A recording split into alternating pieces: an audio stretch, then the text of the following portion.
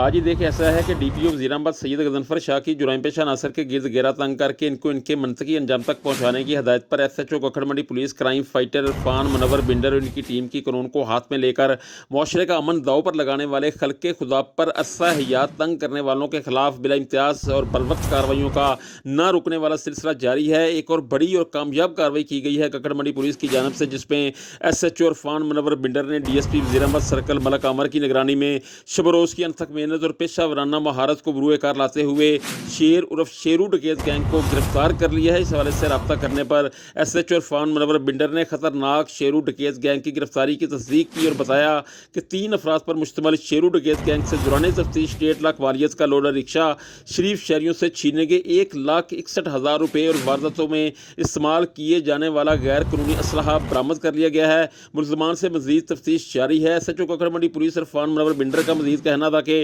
शहरियों की इज्जत व आबरू जानो माल की हिफाजत पुलिस की अवालीन जिम्मेदारी है और इस जिम्मेदारी से ओहदा बरा होने के लिए कखड़ मंडी पुलिस अपने सीनियर अफसरान की क़यादत में इंतहाई मुतहरक और चौकस है। किसी को भी, चाहे वो कोई भी हो, कितना ही बासर क्यों ना हो, को कानून हाथ में लेने की हरगिज़ इजाज़त नहीं देंगे। कानून की रिट को चैलेंज करने वालों के साथ आहनी हाथों से निपटेंगे।